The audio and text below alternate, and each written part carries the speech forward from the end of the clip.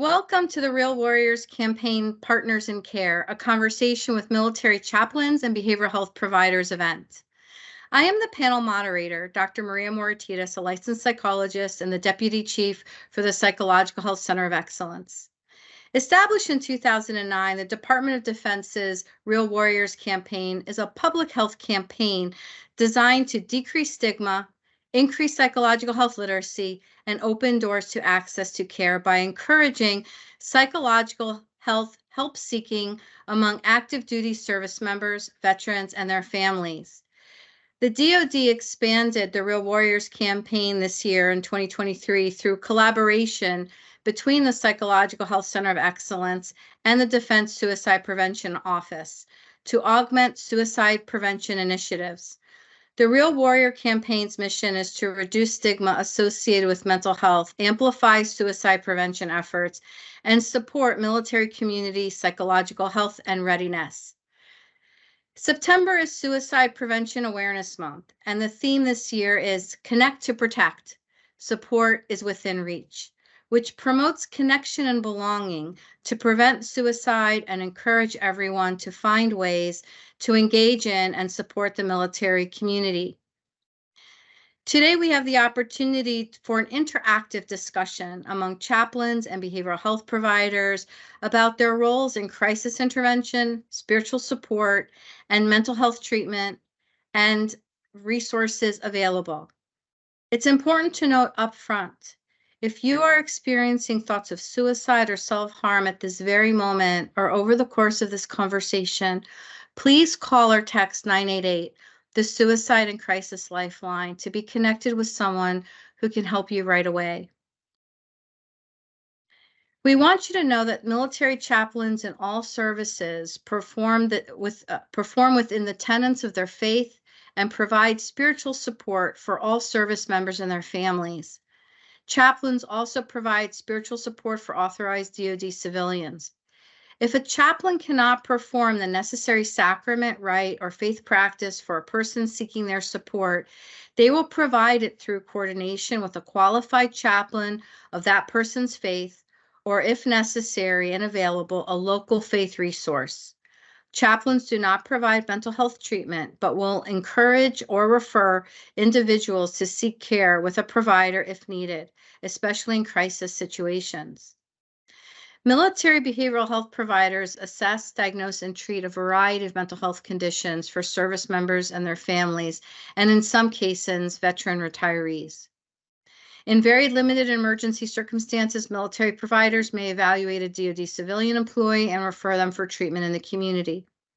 Providers may also explore spiritual aspects of an individual's overall functioning and often will refer individuals with significant spiritual needs to a military chaplain for spiritual support. On that note, I'd like to briefly introduce you to each of our panel members. I'll start with Major Chaplain Garnett.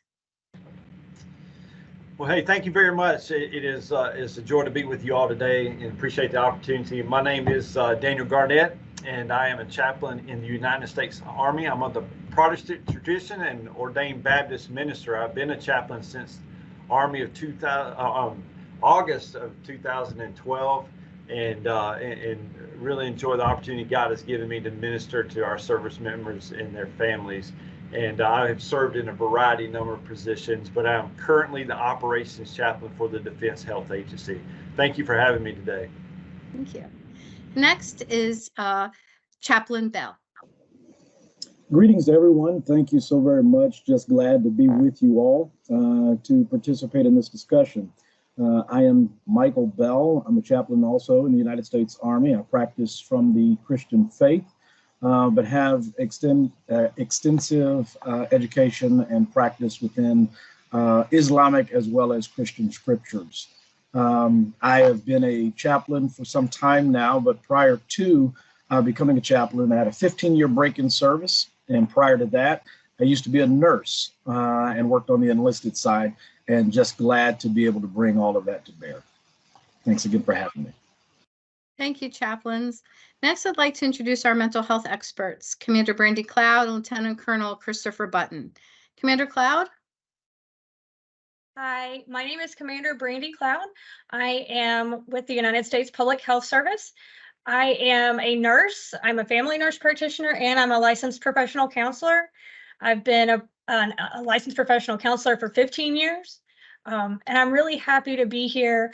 And I serve as the Research Adoption Section Chief with inside PHCOE. Thank you. And finally, Lieutenant Colonel Button. Hi, good afternoon. My name is Chris Button. I'm a Lieutenant Colonel in the U.S. Air Force. I currently serve as the Suicide Prevention Research Scientist and the Suicide Prevention Program Manager at the Office of Integrated Resilience for the Department of the Air Force. I've been in the military for over 26 years now, and I've held multiple positions within the military psychology discipline. I'm really excited to be here today, and I look forward to the discussion. Thank you. Thank you to all of our panel members once again for joining our discussion. If you want to learn more about each of our panel members, you can click on the link in the comments for the Real Warriors Campaign homepage, and you'll find their bios. Now that everyone knows the roles of the panelists and the roles that the chaplains and the behavioral health providers, let's learn from our panel of chaplains and behavioral health providers about all that they offer and how they work together to support mental health needs. Major Garnett, a bit of a softball question to help kick off the conversation. What communities do chaplains serve, and what types of services do you provide? So we serve all kind of communities, as far as our service members, as well as our family members are concerned. We are integral to the unit, and the unit obviously includes our service members and our families, and we offer a variety of number of ways that we reach out to our service members and families through retreats. I've done marriage retreats. I've done single soldier retreats.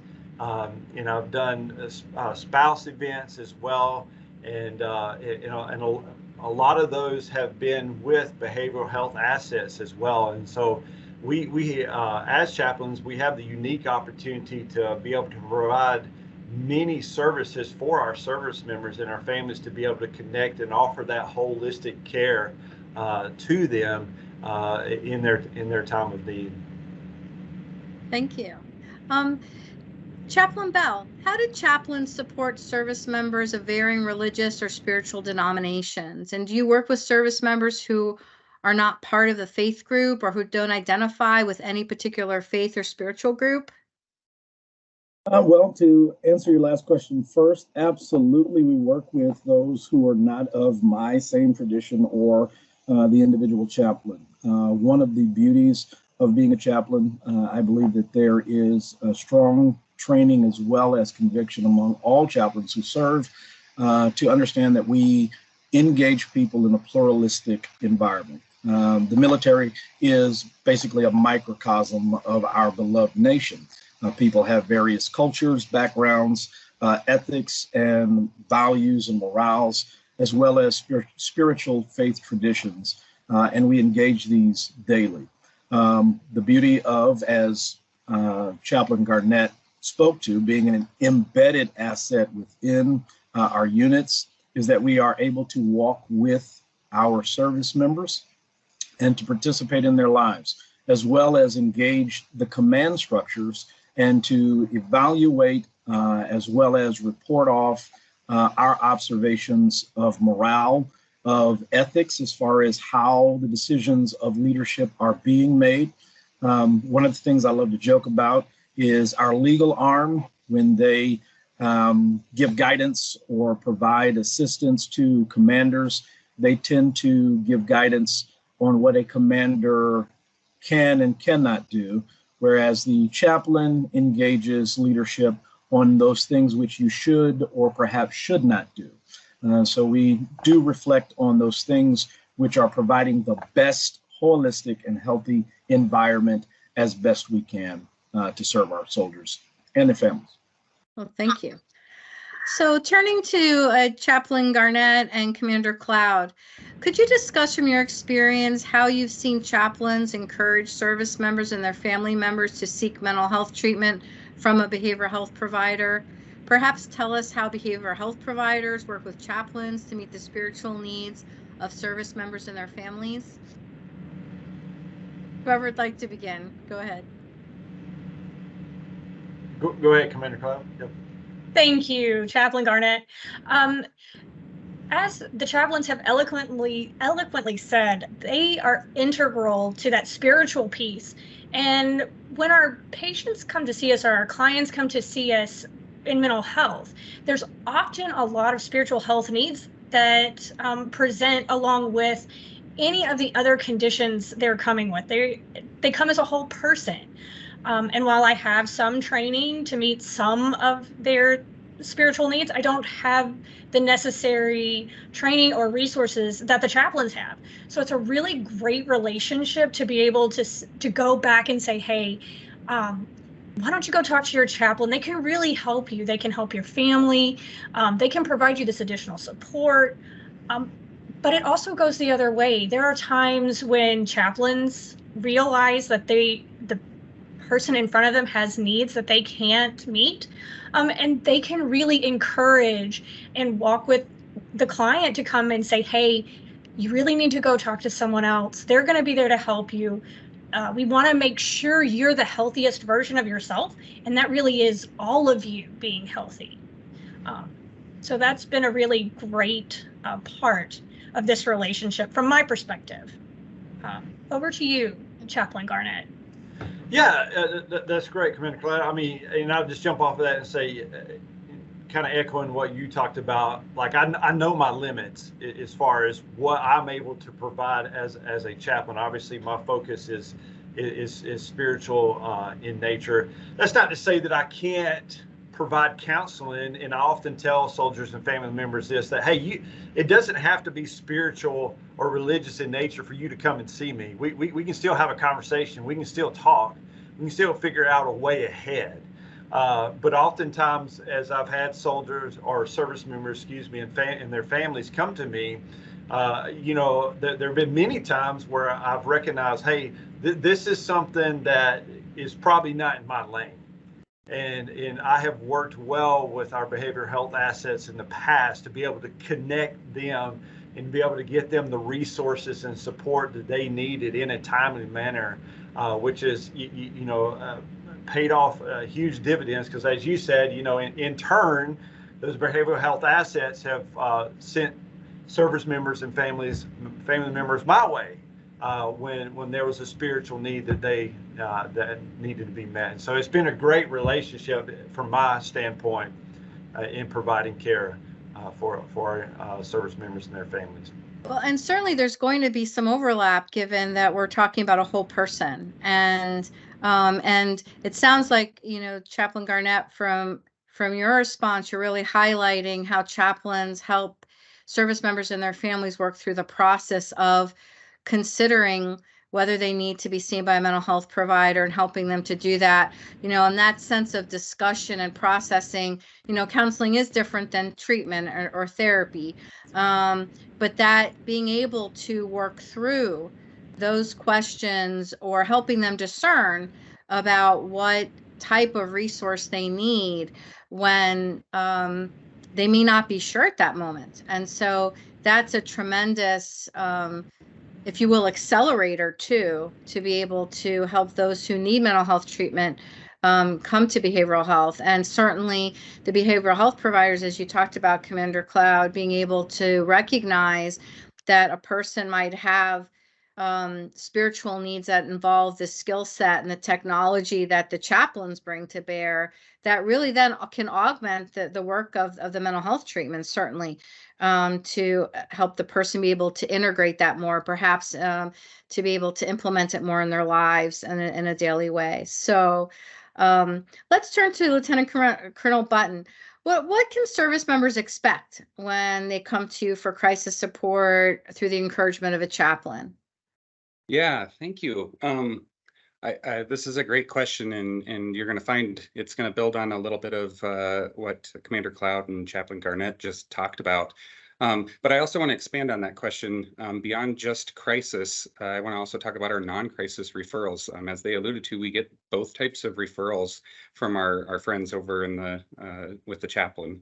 So in the case of non-crisis referrals, individuals often initiate their help seeking with the chaplains, and they learn that their needs either exceed the non-clinical services offered by the chaplains, or as said earlier, they have clinical or medical needs in addition to those spiritual or non-medical needs that are currently being addressed by the chaplain. So in which case then the chaplain is going to discuss the limitations of their services, and history has shown, at least in my experience, that the chaplains then encourage them to come into the mental health clinic and receive the medical care they're needing. Upon referral to the clinic, individuals will briefly be triaged to ensure there's no emergent concerns that must be addressed, and then they will be provided an initial appointment for a full evaluation, and that'll be done within clinic access standards. In the event of a crisis referral, though, things are a little bit different. Individuals can expect to be seen and evaluated the same day, and the evaluation is going to be focused on the crisis. So it's not going to be a full evaluation, but really we're going to dig down on that crisis that's occurring. And just as before, the clinic will conduct that initial screening, or what we call a triage. Most likely that will be performed by one of our highly trained behavioral health technicians. And then after that, the technician will speak with the triage provider of the day. And that is a mental health provider whose sole responsibility that day or morning, depending on how the clinic works, their job is simply to evaluate and care for anybody who comes in crisis. After that briefing, the provider will want to meet with the individual to more fully evaluate the crisis situation. And then depending on the individual's needs, symptoms, their preferences, the triage provider will develop a plan collaboratively with them to manage that crisis and to offer long-term evidence-based treatment options should those be indicated to address any additional needs that may be revealed during that brief evaluation. A couple of things that are important to remember. Mental health care is voluntary, and not all crises require hospitalization, which is a common myth. When hospitalization is indicated, we do so with working with the individual's inner motivations and voluntary desire to get that higher level of care. Most mental health emergencies can be safely managed on an outpatient basis with the cooperation of a motivated individual. Depending on the crisis, the provider may also recommend that we provide or bring in additional supports to help ensure the safety of the individual or other people. This could include the member's chain of command, the chaplain, family members, as well as close social supports. The inclusion of additional supports is almost always made with the expressed agreement of the service member. That's always the case when it comes to chaplain, social support, and family members. There are times, though, when a service member's chain of command may be involved in managing the crisis and supporting the service member without the member's expressed consent. And I'll save that discussion for a little bit later, as I know it's going to be an upcoming discussion point. So finally, as the relationship between the referring chaplain and the service member clearly already exists, individuals often prefer the chaplain come with them to the clinic. In both crisis and non-crisis situations, this is always acceptable. In fact, we really welcome that. Well, thank you. And you bring up really, I think, one of the common underpinnings of both what the work of the chaplain and the behavioral health providers is about relationship. And the relationship between chaplains and behavioral health providers within a system of care to support the overall well-being and readiness of our service members and their families. Our next question is really around that protected relationship around confidentiality. And so let's discuss the confidentiality policies that apply to the work of the chaplains and to behavioral health providers. So let's begin with the chaplains. Would you discuss a little bit about the confidentiality policies for the profession of the chaplains? Yeah, you know, the great thing to start out with is that we both carry confidentiality. That's the encouraging thing for all of our service members and their families, is that, you know, chaplains, behavioral health have confidentiality. Now I'll let the behavioral health folks speak to their aspect of it, but our aspect of it, you know, we carry 100% confidentiality. And so, you know, our families and service members can be assured of that as they come, and whatever need or situation they may be going through, that we are held to that confidentiality unless they release us from that by documentation.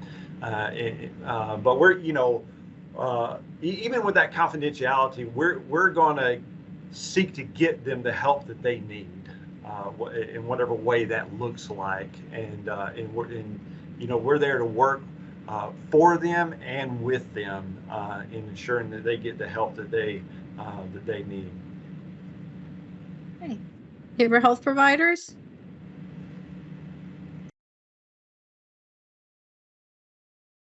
Yeah, I'm happy to jump in here unless Commander Cloud wanted to go first. No, sir, please. All right. Yeah, I think this is a really important question, and I'll talk about a few facts about confidentiality within the mental health clinic, and then I'll elaborate on a point here at the end that the chaplain was alluding to. Confidentiality is fundamental to therapy. If you think critically about this, nobody would use our services if they believed their innermost thoughts and deepest vulnerabilities would be openly disclosed, discussed, and shared with other people. Without some assurance of confidentiality, therapy is just simply not possible. So that's the first thing. The second thing I want to say is confidentiality is required of all mental health professionals by our professional ethics, state law, as well as military law. We're required to protect the privacy of individuals seeking care within our clinics, and only in certain situations are we permitted or mandated by law to break confidentiality. And I want to emphasize that professional ethics and state law, those are independent of military law. So we are beholden to more than just military law. So in all cases, we must only disclose the minimum information necessary to fulfill the purpose of the disclosure. In most instances, we discuss with the patient prior to the disclosure, the purpose for it, to whom it will be made, and what we're going to convey to the individual that we're disclosing to. Not only that, prior to commencing treatment, we inform all patients who come in what things they may tell us that will mandate us to break their confidentiality. So in other words, we give them the rules up front, so they know before they ever say anything to us what will or will not require us to go outside of the therapeutic relationship. The fourth thing I want to talk about is the failure to disclose information and inappropriately disclosing information places a provider in an untenable situation, as they may be violating our professional ethics and law, as I alluded to earlier. Violations of this sort could result in disciplinary actions. Those disciplinary actions could come from the military side, but they could also come from our state licensing boards. And that could result in things including suspension or revocation of our license, fines, potentially imprisonment, and ultimately perhaps the loss of our career. So confidentiality and the limits to confidentiality is not something that we take lightly up in the mental health clinic. Every reason a provider is mandated to disclose information is related to ensuring the safety of the individual or of other people. And the final point that I want to make, and this is not directed at our chaplains, but more broadly to the military.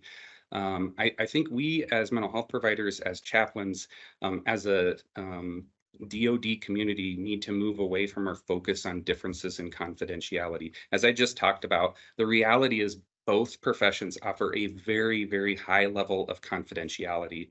Our continued emphasis as a community on confidentiality, I believe, unintentionally reinforces stigma associated with mental health care.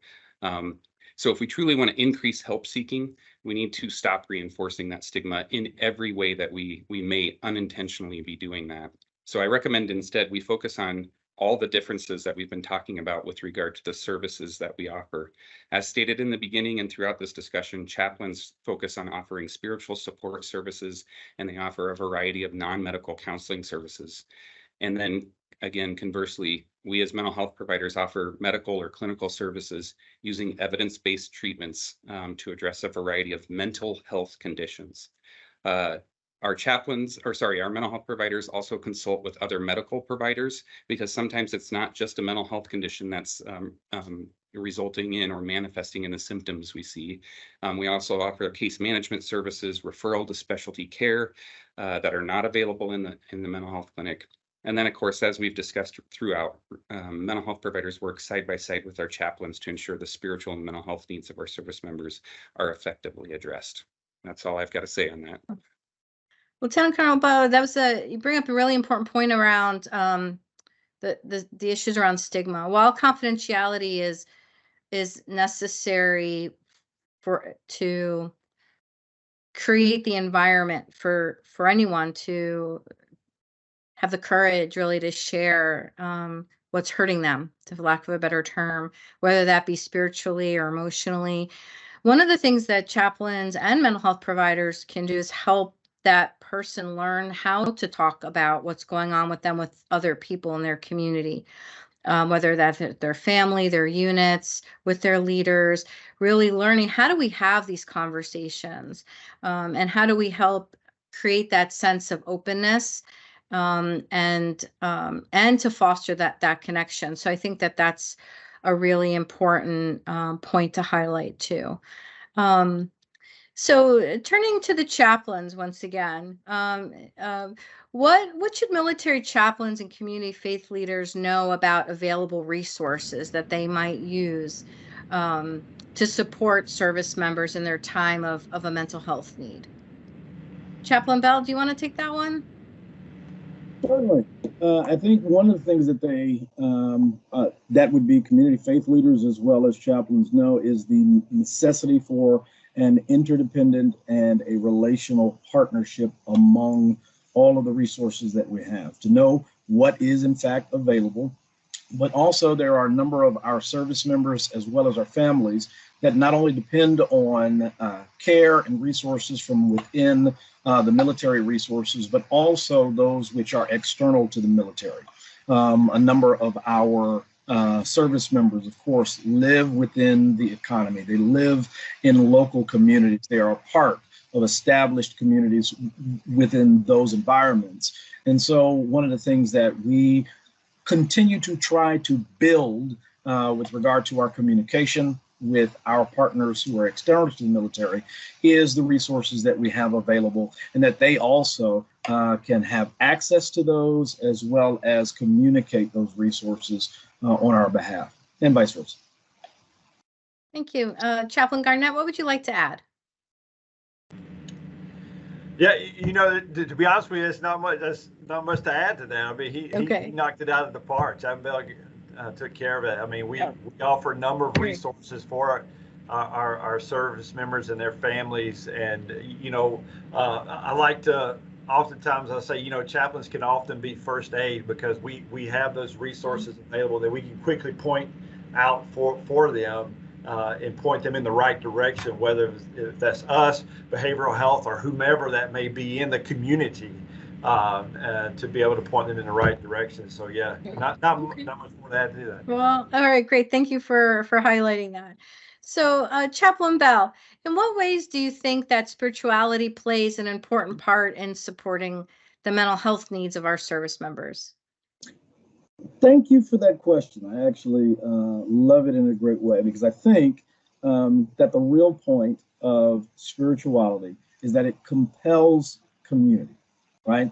It is about us and our concerns as we say in the military quite often, being assigned to our battle buddy, being concerned about their well-being, being able to discern or identify or observe the changes that may occur with an individual or within their lives, where they indeed might need resources for additional help.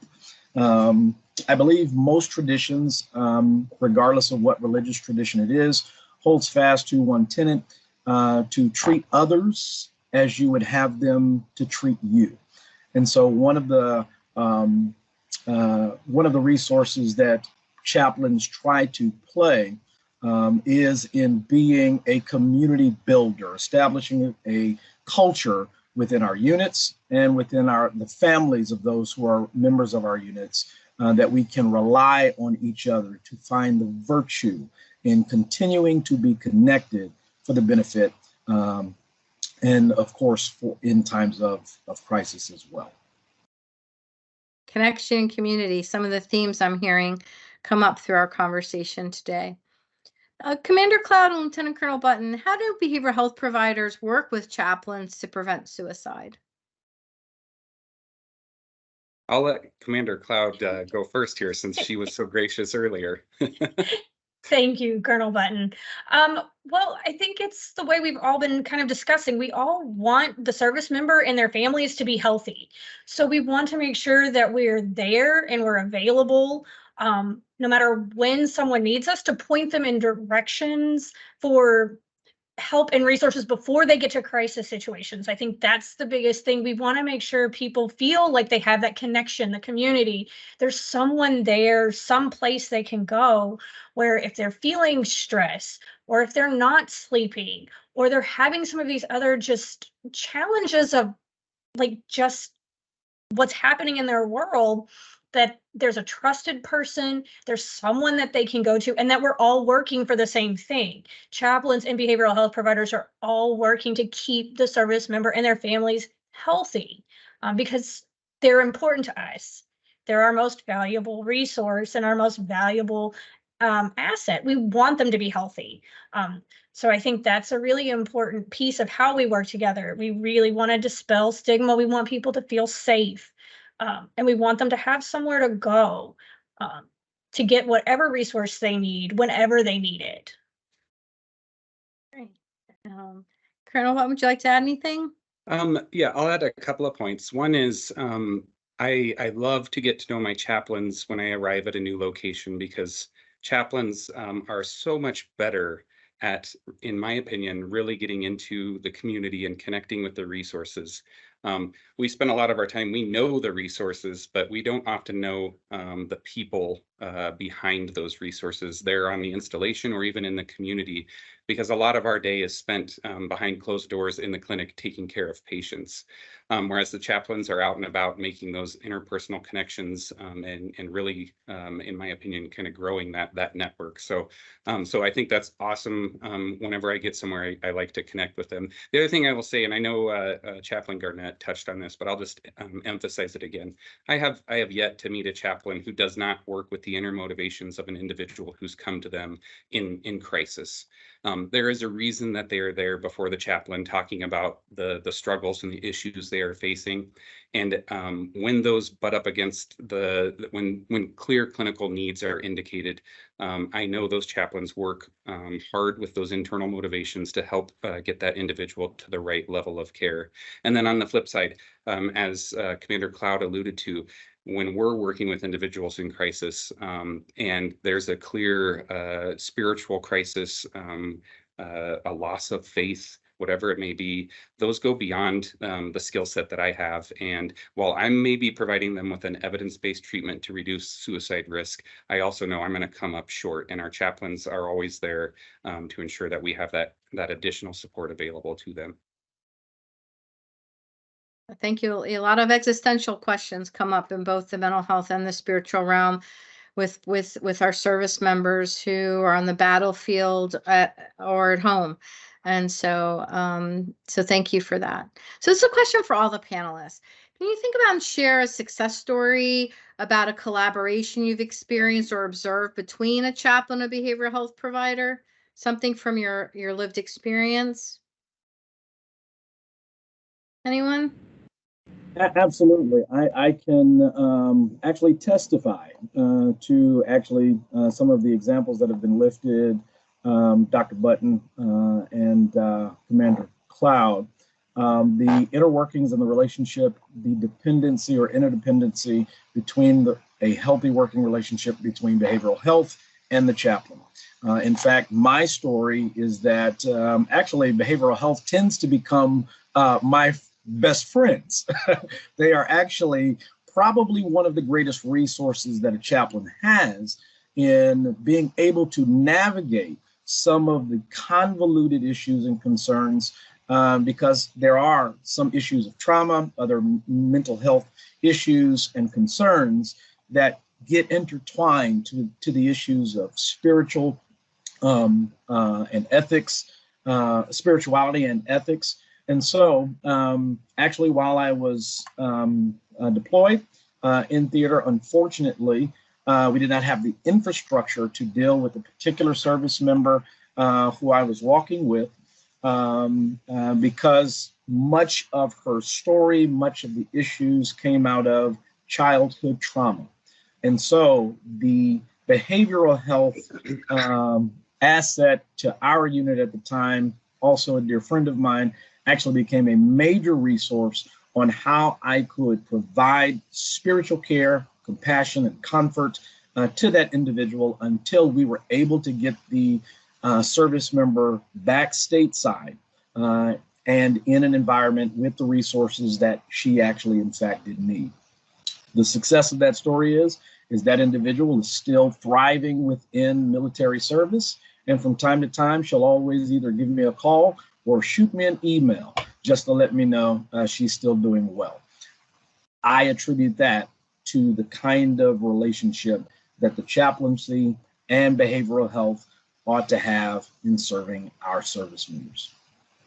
That's a really important example of how reaching out to either a chaplain or a mental health provider actually helps for retention, helps to someone can go on and serve and thrive in the military and complete them, their own personal sense of mission for serving, and obviously the greater mission.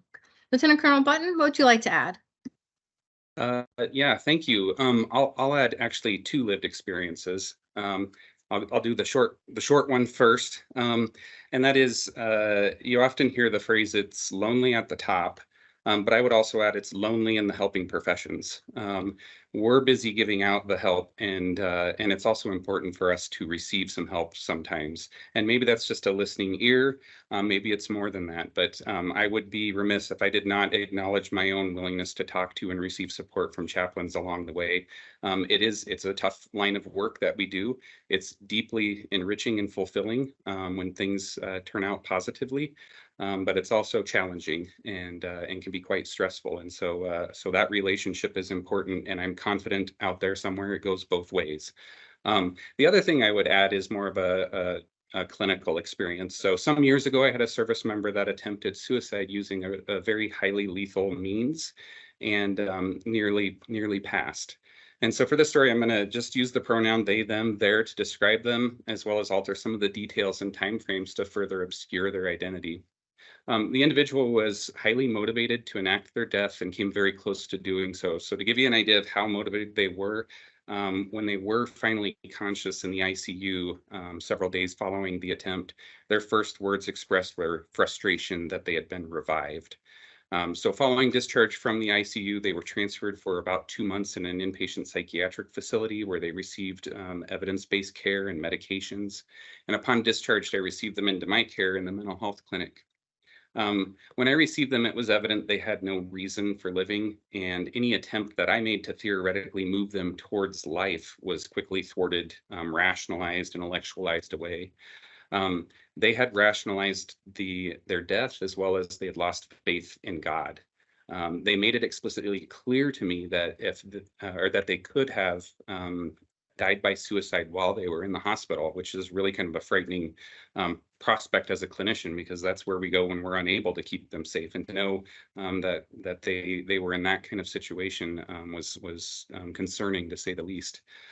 And so if they were again referred to an inpatient psychiatric treatment program, they assured me they would not come back from that. So to say this was the most suicidal person I've ever treated would be an understatement.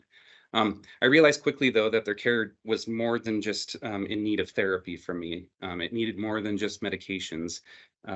This individual required spiritual services as well. They were broken. They had no reason for living, and they had lost their faith.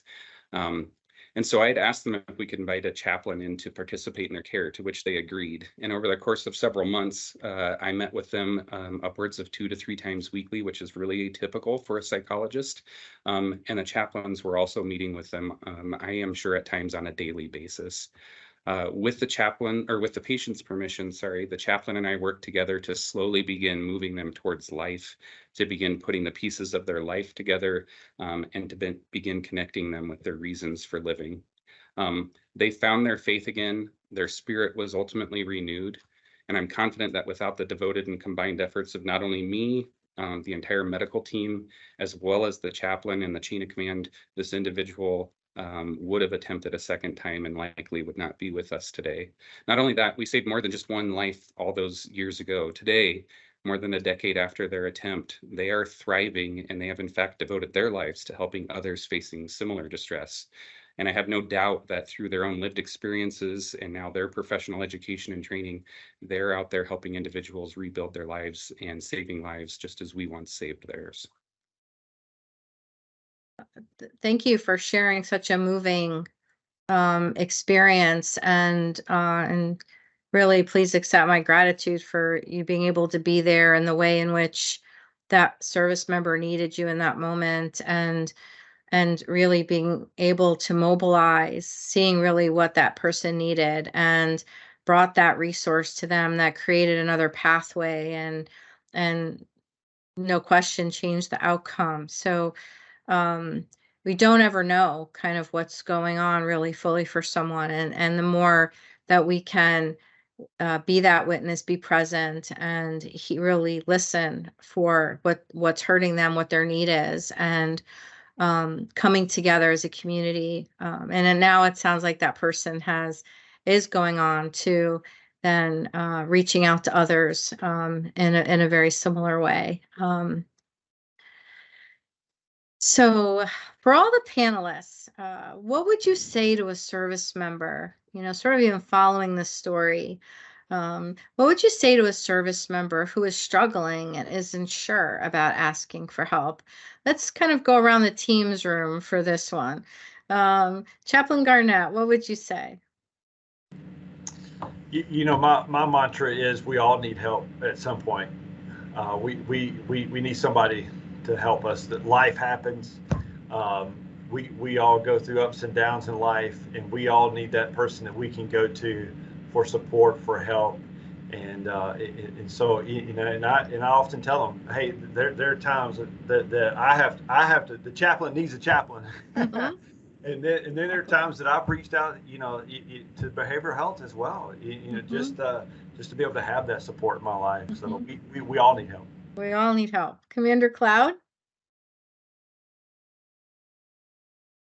I always say that there's no wrong door. Whenever you're feeling like you need something, just ask, and whoever it is that you ask is the right person to ask. Whether it's your chaplain or whether you've gone to see the behavioral health clinic, whatever door you choose to start that journey through is the right door, because it's actually getting you to a place where you can be a healthy, whole person, and an active member in your life and in your faith and in your community. So I always say there's no wrong door, no wrong way, and no wrong time. So, and that could be a primary health care provider, it could be a family member, it could be a leader, could be someone in their unit. So no wrong door, no wrong person, no wrong time. Chaplain Bell? Yeah, if I had to respond, it's probably in 3 words, simply be, I am here. That means I'm a chaplain. You can't get rid of me. I'm here to listen, and we're going to go through it until we actually get to where we need to be. We'll be connected, or I get you to the right resources. But for the time being, you're stuck with me. You won't be alone in this. So let's hear it. Okay. So we all need help. There's no wrong door, no wrong time, no wrong person. I am here. Lieutenant Colonel Button, what say you? Well, I would say first, they have summed this up really well. So I'll put the last little bow on there, and that is stigma is a myth. By far and large, the vast majority of people who seek care in our mental health clinics simply receive the help they requested, they participate in care, and they return to duty without telling their story. They go on living their lives more fully and better off for having sought care through either the chaplain or through mental health. It's my hypothesis, and I'm a research scientist, so I seek to support evidence during my tenure at headquarters, that the voices of this quiet majority are often drowned out by those few who are recommended for administrative separation, medical retirement, or suffer some other negative outcome for having sought mental health care. So I'll add that in my 16 years of providing care within military treatment facilities, which includes not only the direct care of my patients, but also all the care rendered by other providers that I led or that I worked alongside, I've only known of 2 individuals in all those years who were recommended for medical retirement or administrative separation who were completely dissatisfied with that recommendation. The vast majority of those recommended for administrative separation or medical retirement during that time were more than content to take off their uniform for the final time, having honorably served their nation.